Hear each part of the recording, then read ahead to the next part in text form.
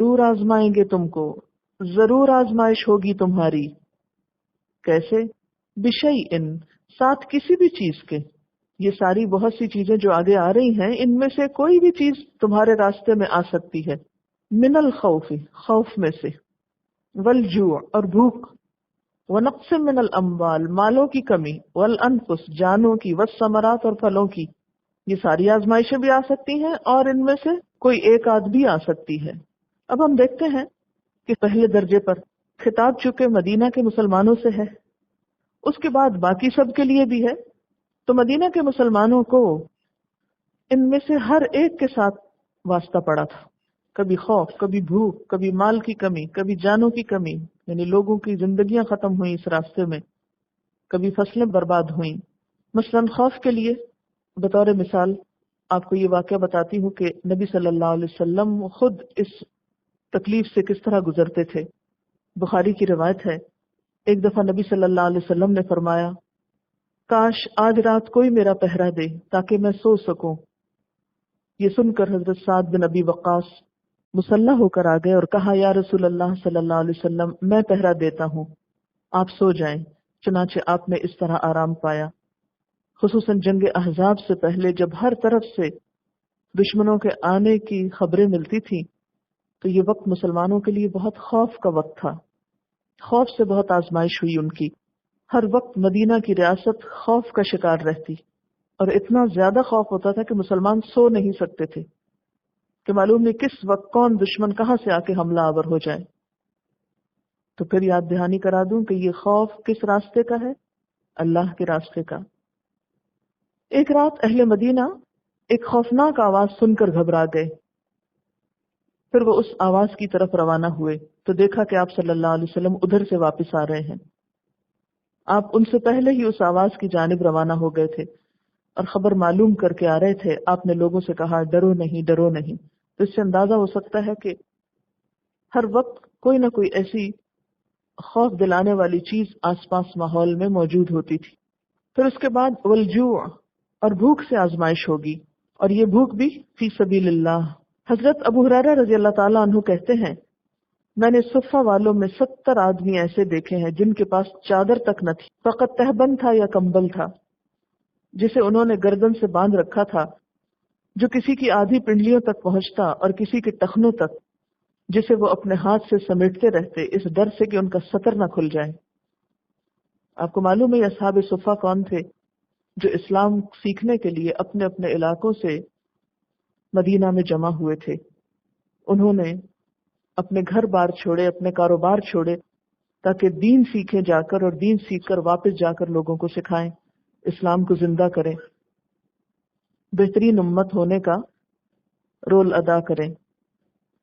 اب آپ دیکھیے کہ ہم ان آزمائشوں کو دیکھیں اور اپنے حال کو دیکھیں اور اپنی ناشکریوں کو دیکھیں کہ ہم میں سے کوئی چھوٹی سی بھی قربانی کر بیٹھتا ہے اللہ کے راستے میں تو بہت احسان جتانا شروع کر دیتا ہے، اور بار بار اس کا تذکرہ کرے گا، بار بار اس کا اظہار کرے گا کہ اللہ کے راستے میں نکلنے کی وجہ سے یہ مشکل آئی ہے. اگر وہ لوگ اس وقت اپنے گھر چھوڑ کر نہ نکلتے اور یہ قربانیاں نہ کرتے تو آج کیا یہ دین ہم تک پہنچتا؟ اگر کوئی آ کر اس کو نہ سنتا نبی صلی اللہ علیہ وسلم سے، اور نہ سیکھتا اور نہ یاد کرتا اور نہ آگے پہنچاتا تو ہم یہاں نہ بیٹھے ہوتے. حضرت عائشہ رضی اللہ تعالی عنہا اپنے بھانجے عروہ بن زبیر سے کہتی ہیں کہ میرے بھانجے، ہم پر ایسا وقت گزر چکا ہے کہ ہم ایک چاند دیکھتے پھر دوسرا چاند، یعنی 2 مہینے ہمارے گھر میں آگ نہیں جلتی تھی، یعنی پکا ہوا کھانا نہیں ہم کو ملتا تھا. عروہ نے کہا، خالہ پھر تمہاری گزر کس چیز پہ ہوتی تھی؟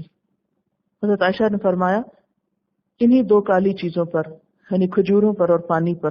ہاں یہ ضرور تھا کہ ہمارے ہمسائے میں چند انصاری لوگ تھے جن کے پاس بکریاں ہوتی، وہ ان کا دودھ دو کر نبی صلی اللہ علیہ وسلم کے لیے تحفے کے طور پر بھیج دیا کرتے تھے، جس سے وہ ہمیں بھی پلاتے تھے. تو یہ ہیں وہ لوگ جنہوں نے بھوک اٹھا کر دین کی خدمت کی. وَنَقْصٍ مِّنَ الْأَمْوَالِ، اور مال کی کمی.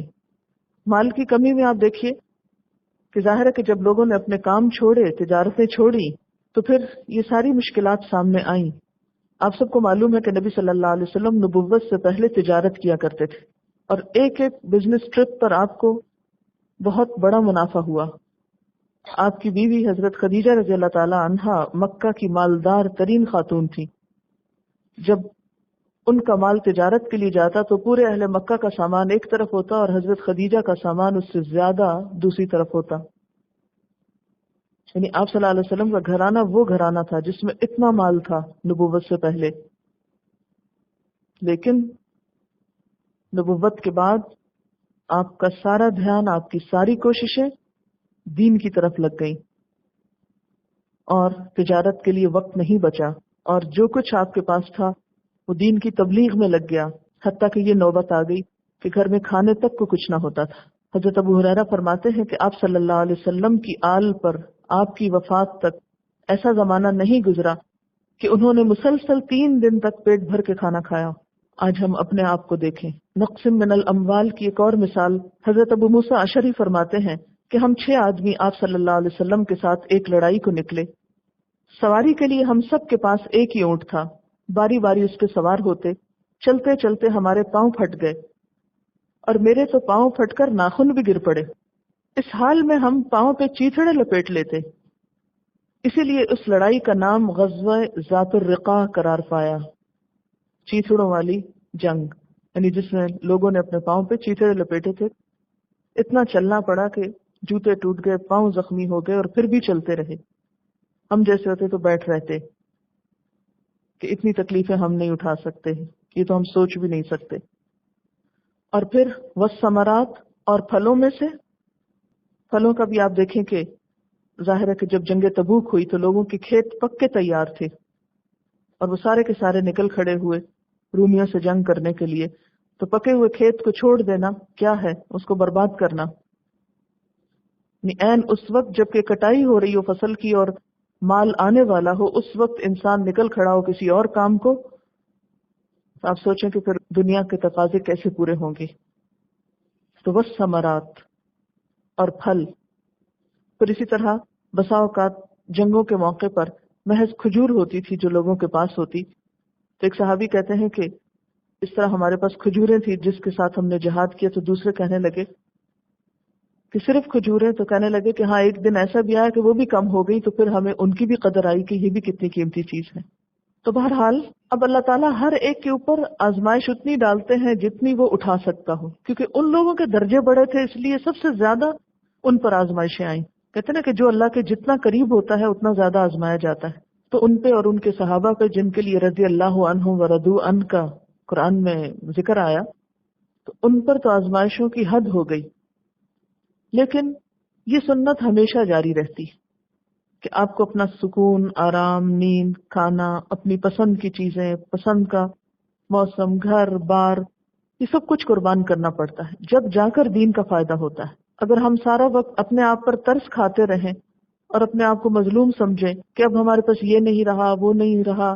آج مسلمان امت پر یہ حال اسی وجہ سے ہوا ہے کہ وہ دنیا کے پیچھے دوڑ رہے ہیں، دنیا بنانے کی فکر میں ہیں، اور اسی وجہ سے وہ عزت، وہ مقام اور وہ مرتبہ اور وہ بلندی جو اللہ کا وعدہ تھا وہ باقی نہیں رہا. کیونکہ وہاں تو یہ تھا نا، فاذکرونی اذکرکم، تم مجھے یاد رکھو میں تمہیں رکھوں گا، تم میرے دین کے لیے کام کرو میں تمہاری مدد کروں گا.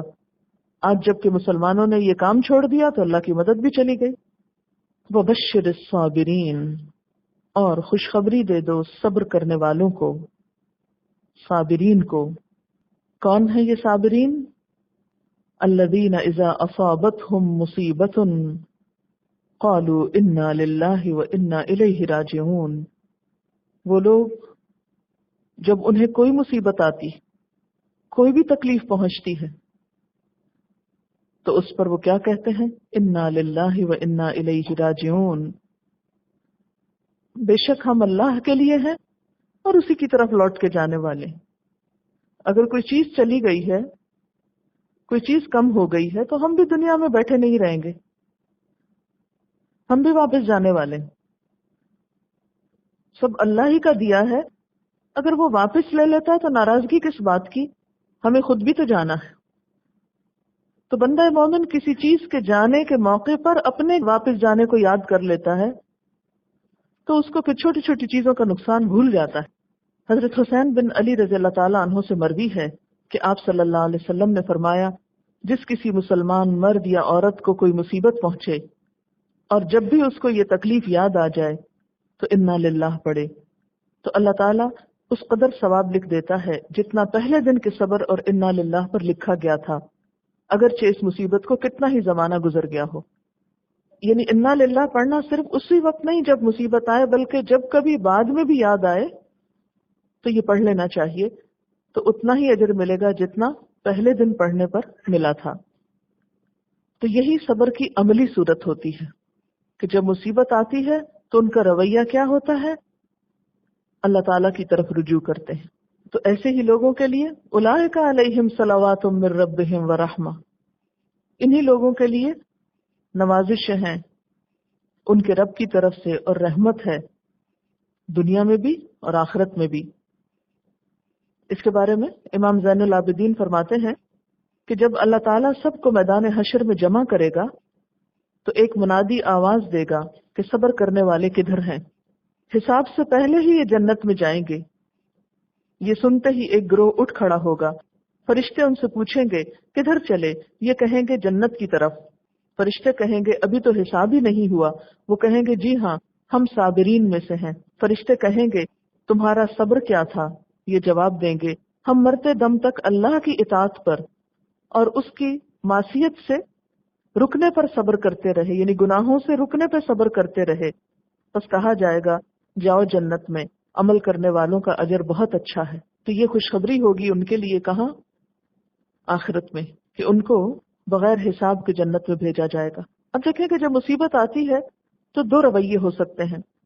ایک رویہ تو یہ کہ انسان اس وقت چیخنا چلانا شروع کر دے، حال دہائی مچائے اور جو منہ میں آئے بولتا چلا جائے اور شور مچائے۔ ایسا کرنے سے کبھی مصیبت کم ہوئی؟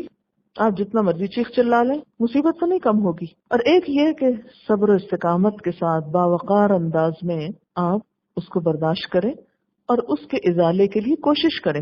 یہ نہیں کہا گیا کہ اسے دور نہ کرو اور سہتے ہی رہو، لیکن باوقار انداز میں۔ مگر عموماً مصیبت کے آنے پر ہم اسے بھول جاتے ہیں، اور بسا اوقات چھوٹی سی تکلیف ہوتی ہے ہم اس کو رائی کا پہاڑ بنا دیتے ہیں، شور مچا کے ساری دنیا کو اپنی طرف متوجہ کرتے ہیں کہ ہم سے زیادہ مظلوم کوئی نہیں۔ اور ایسا کرنے سے دنیا میں بھی عزت جاتی ہے انسان کی، اور پھر آخرت میں بھی وہ بشارت جو صبر کرنے والوں کے لیے وہ بھی چلی جائے گی۔ اور مصیبت جب تک رہنی ہے اس میں رہنا ہے، تو نہ ادھر کے رہے نہ ادھر کے رہے، کچھ بھی ہاتھ نہ آیا، تو اس سے بڑی ناکامی کیا ہے۔ لیکن اس کے برعکس جو مصیبت کے وقت انا للہ و انا الیہ راجعون کہیں، ان پہ رب کی رحمتیں ہوتی ہیں، نوازشیں ہوتی ہیں، اور یہی لوگ ہدایت یافتہ ہیں۔ اب آپ دیکھیے کہ مصیبت پر صبر کا تعلق کس سے جوڑا گیا؟ ہدایت سے۔ کسی کے ہدایت یافتہ ہونے کی نشانی کیا ہے، علامت کیا ہے؟ کہ اس کا رویہ دیکھو، جب اس پہ کوئی مصیبت آتی ہے، پریشانی آتی ہے تو وہ کیا کرتا ہے۔ کیونکہ اچھے وقت میں تو سب خوش اخلاقی برتتے ہیں، اچھے وقت میں تو سب اچھے نظر آتے ہیں، لیکن جب کسی کو تکلیف پہنچتی ہے پھر